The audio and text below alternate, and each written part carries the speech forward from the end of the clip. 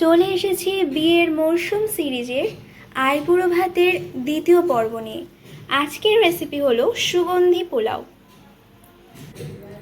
কিভাবে রান্না করলে পোলাওটা এত সুন্দর ঝরঝরে হবে সেটা জানতে হলে পুরো ভিডিওটা কিন্তু অবশ্যই দেখতে হবে।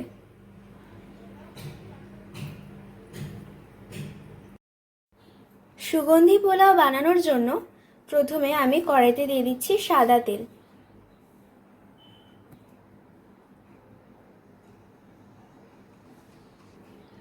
এবার দিয়ে দিচ্ছি ঘি।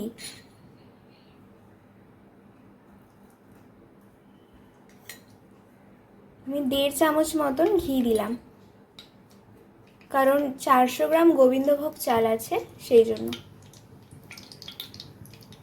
হালকা একটু নাড়িয়ে নিচ্ছি।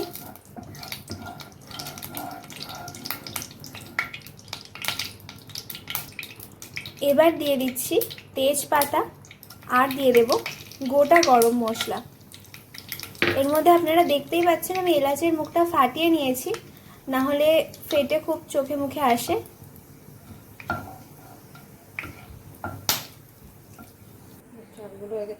এবার দিয়ে দিচ্ছি গোবিন্দভোগ চাল। আমি এটা ধুয়ে রেখেছি।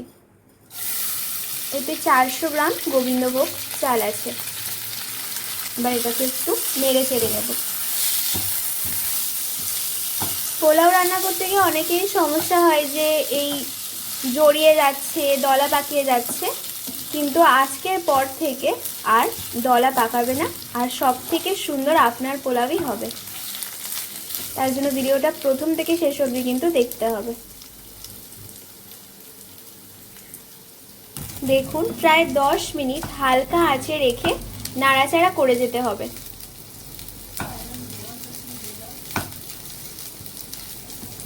নাড়াচাড়া করতে করতেই আমি দিয়ে দিচ্ছি নুন।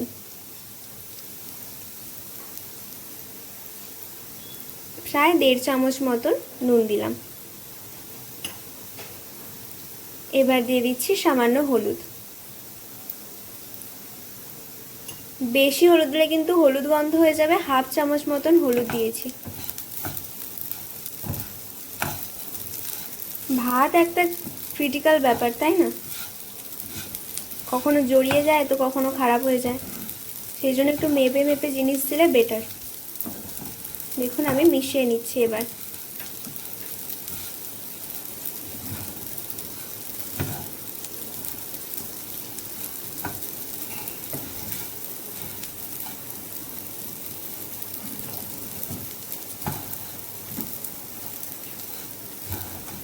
এরকম ভাবে নাড়িয়ে চাড়িয়ে নিতে হবে।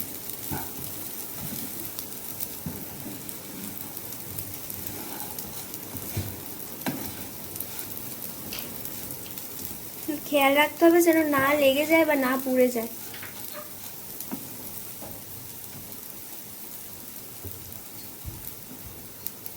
দেখুন আমি একদম লো ফ্লেমে রান্না করছি।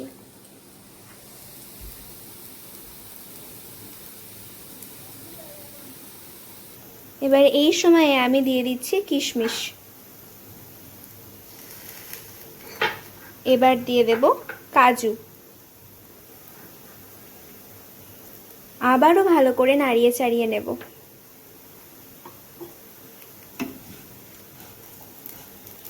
ভালো করে মিশিয়ে নিতে হবে যেন তলা না পুড়ে যায়। দেখুন প্রায় 10 মিনিট ধরে আমি ভালো করে নাড়াচাড়া করতে করতে সমস্ত জিনিসগুলো অ্যাড করে দিয়েছিলাম। এবার এর মধ্যে জল দিয়ে দিচ্ছি।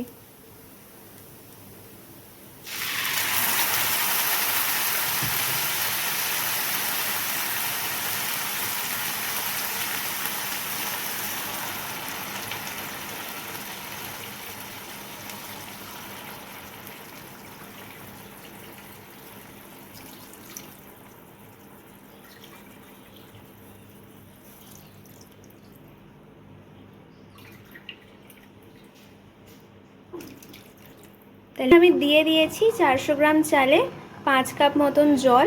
এই যে আমি এই কাপের 5 কাপ জল দিয়েছি। এবার আমি কিন্তু ঢেকে দেব। প্রায় 10 থেকে 12 মিনিট বাদে আমি ঢাকাটা সরিয়ে নিয়েছি, দেখুন। এবার আমি এটাকে হালকা নাড়াচাড়া করে দিয়ে দিচ্ছি 1.5 চামচ চিনি অ্যাড করে দেব। অ্যাড করে নিলাম।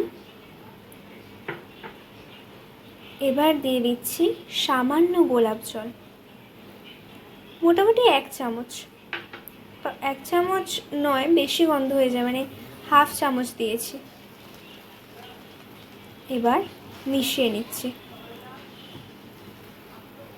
মানে অতি সামান্য গোলাপ জল দেবেন যাতে বেশি গন্ধ না হয়, বেশি গন্ধ হলে অনেকের গা গোলায়।